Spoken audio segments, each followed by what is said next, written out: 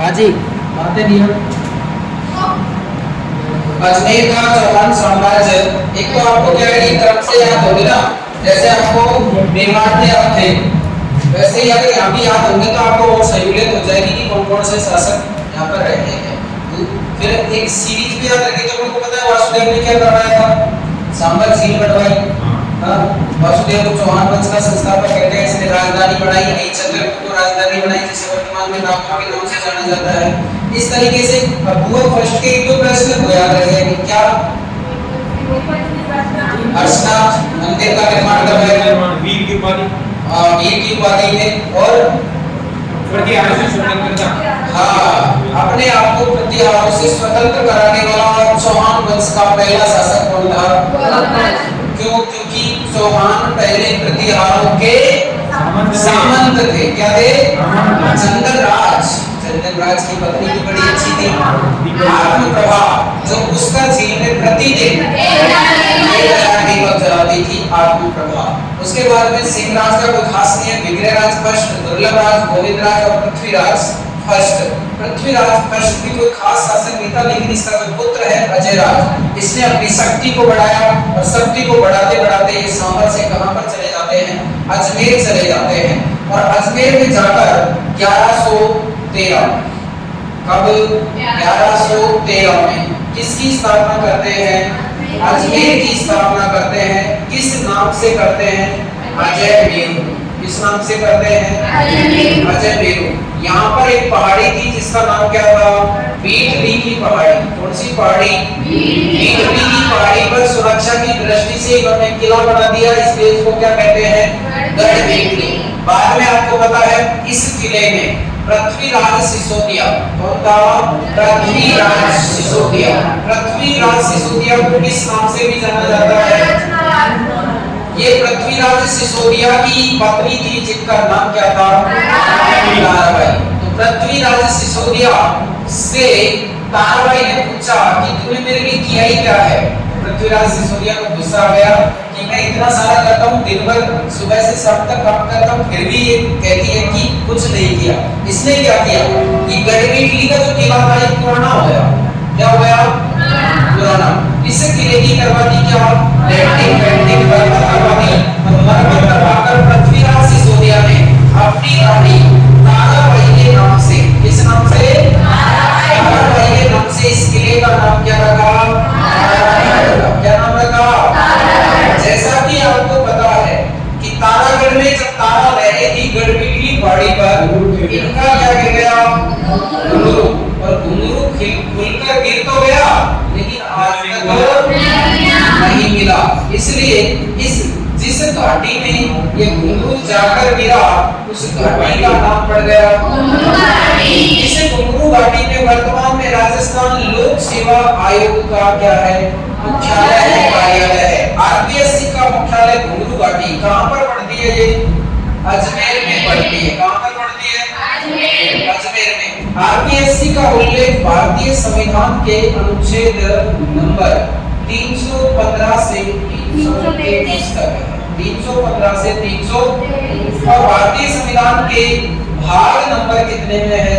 14 में। कितने में है? 14 में। आरपीएससी में कितने सदस्य होते हैं? 8 सदस्य होते हैं। कितने?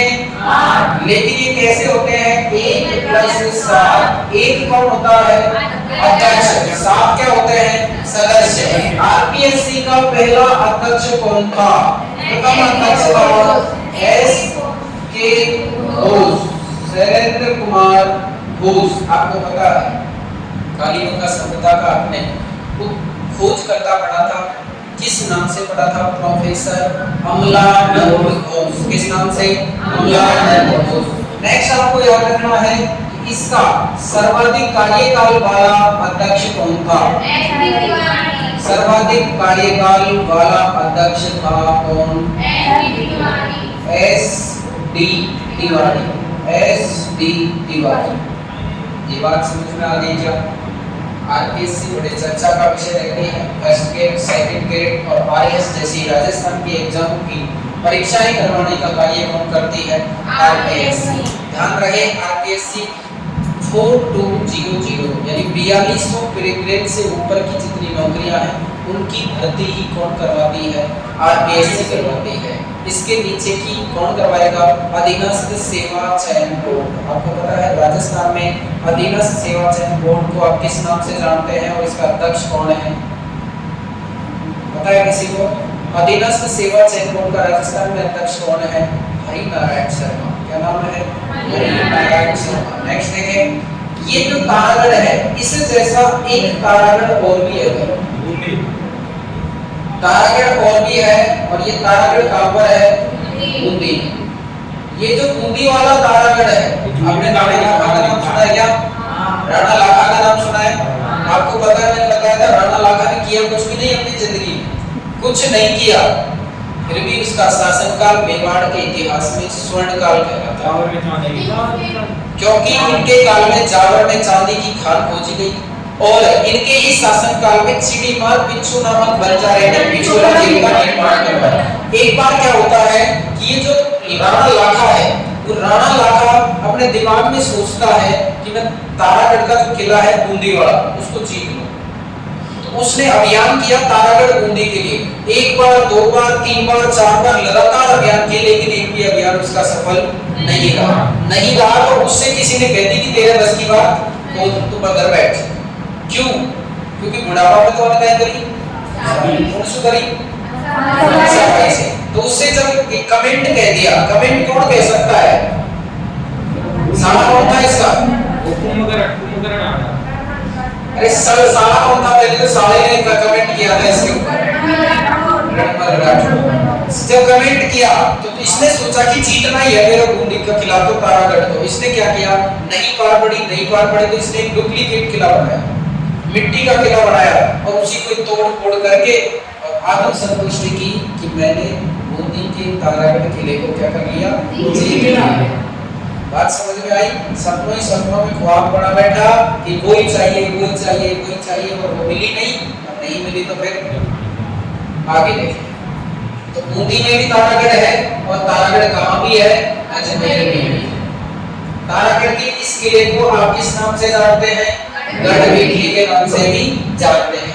अब आपसे एक प्रश्न और है। प्रश्न क्या है कि ये इसने संस्थापना तो कर दी, लेकिन ये कब तक शासक रहा?